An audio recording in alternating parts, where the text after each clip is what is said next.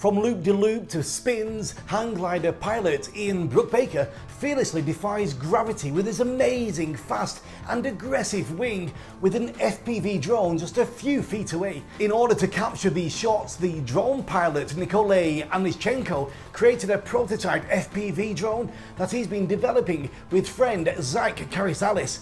The results are absolutely stunning. Just look at this.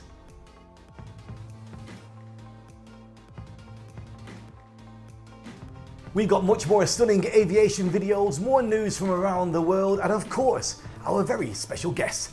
This is my schedule for today's Air Sports News. My name's REGAN TETLOW. Let's go.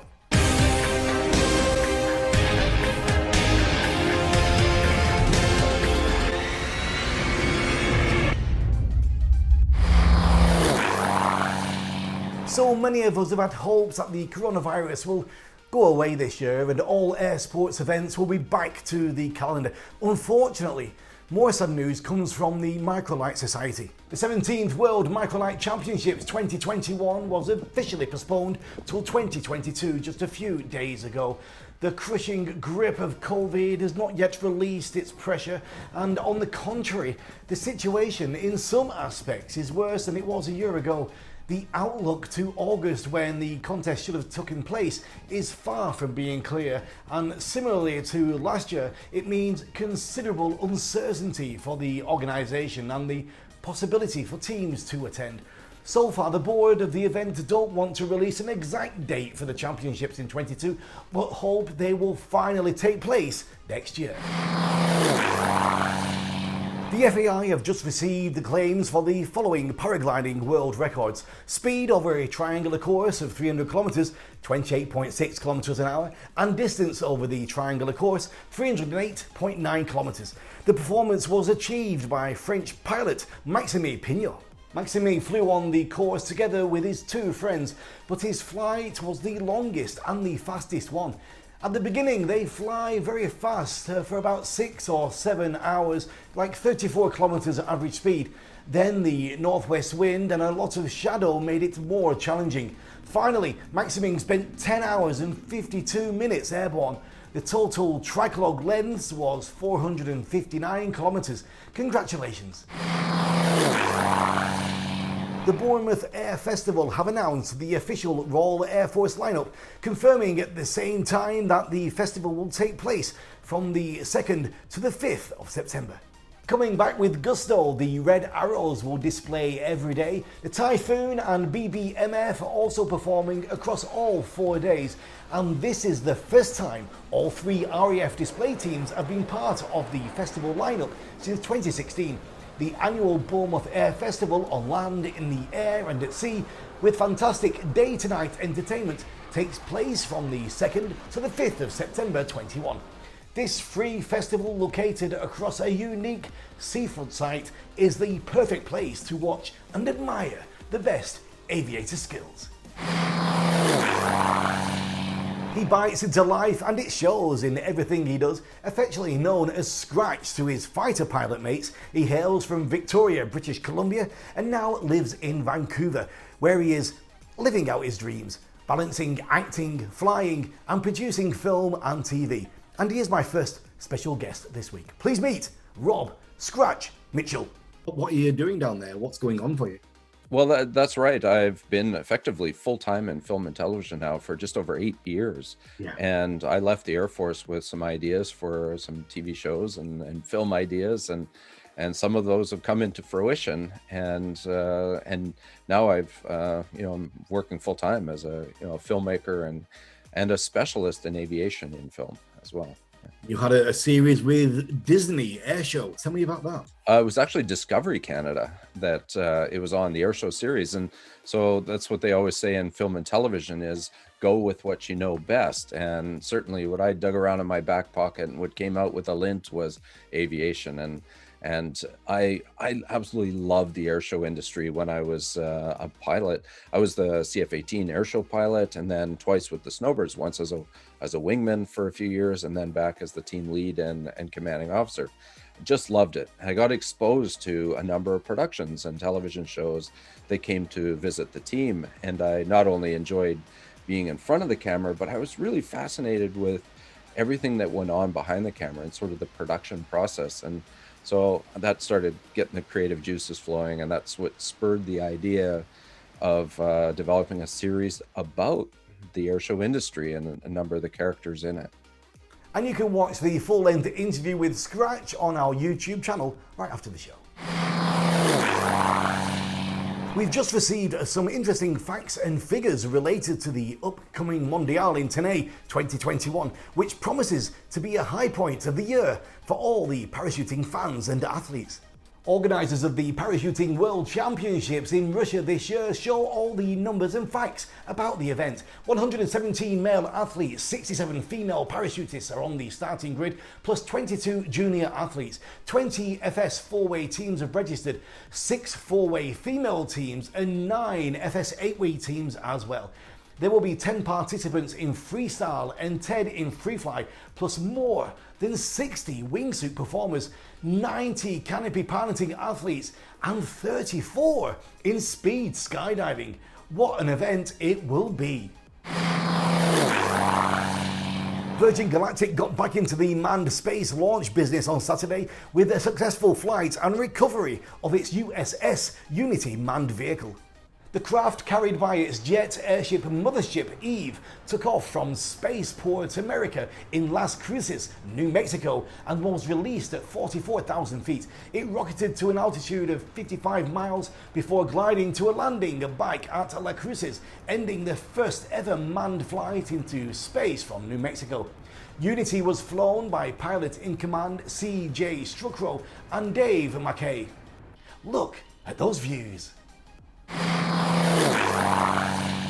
Week after week, we're getting closer to the biggest and most legendary gas ballooning event, the Coupe du Monde Gordon Bennett. It's an event that's very close to my heart.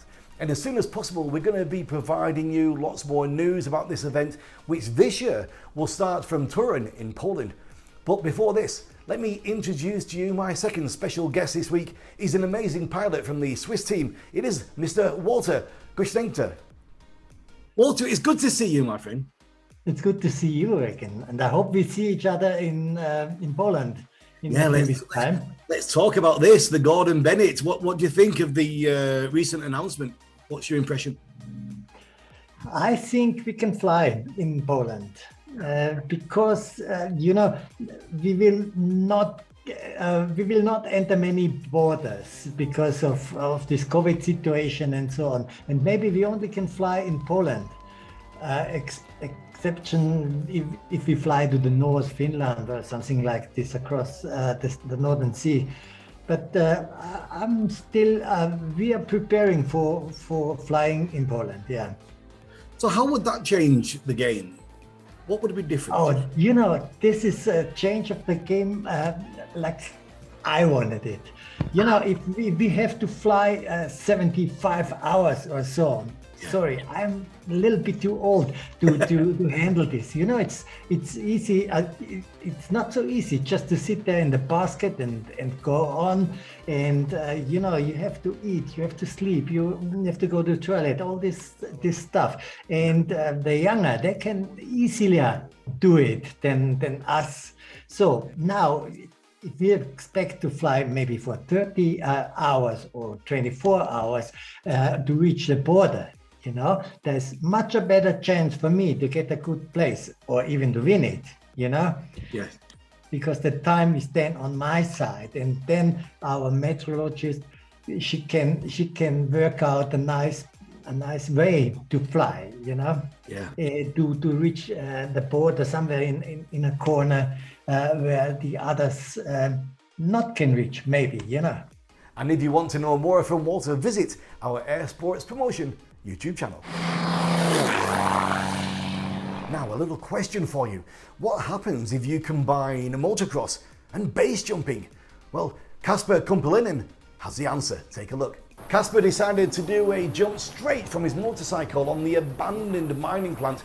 He took his own parachute for the base jump, of course, but also mounted a special one for the motorbike. And this is the result.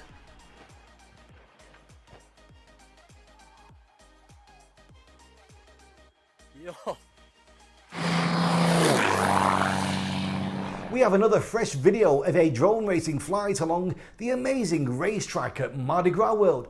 This is another bunch of racers from the Drone Racing League 21 Level 3 final heats. No more to say, just have a look.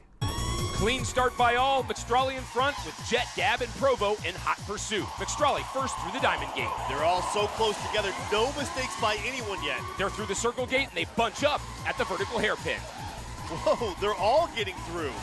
McStrolly, Jet, Nurk, Provo, Gab, and they're all through the rafters cleanly. What a race. They're all so fast, no one is able to pass. This is the figure eight.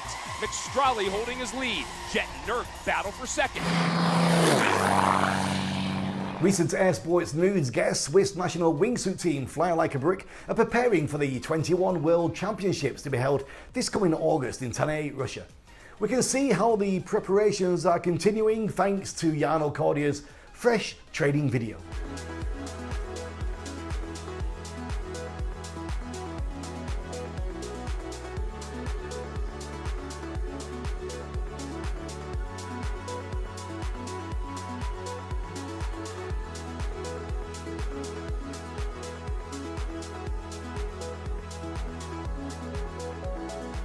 Now let me take you to our Hero of the Week section.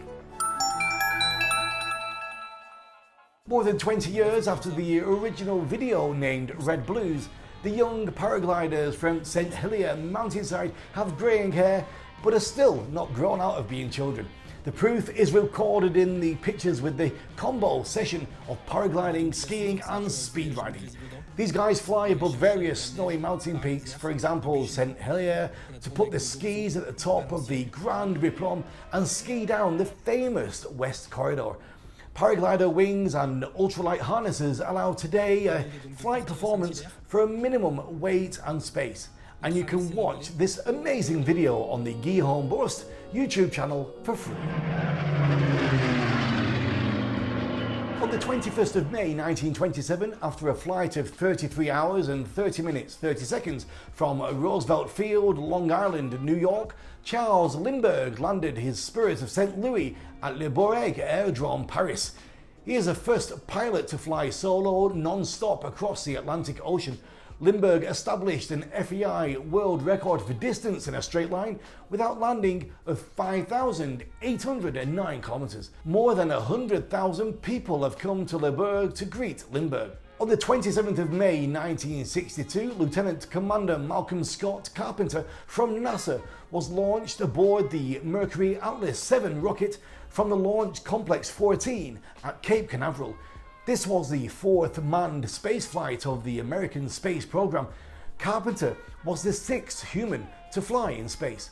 During the launch, Carpenter experienced a maximum of 7.8 G's acceleration.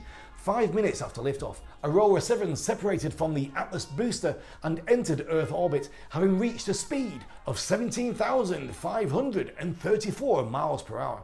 On the 24th of May 1956, test pilot Jay Meyer took the prototype Piper PA-24 Comanche for its first flight. The airplane was intended to compete with the Beechcraft Model 35 Bonanza, which had been in production for 9 years. The PA-24 was developed by Piper's engineers from a preliminary design by Al Mooney.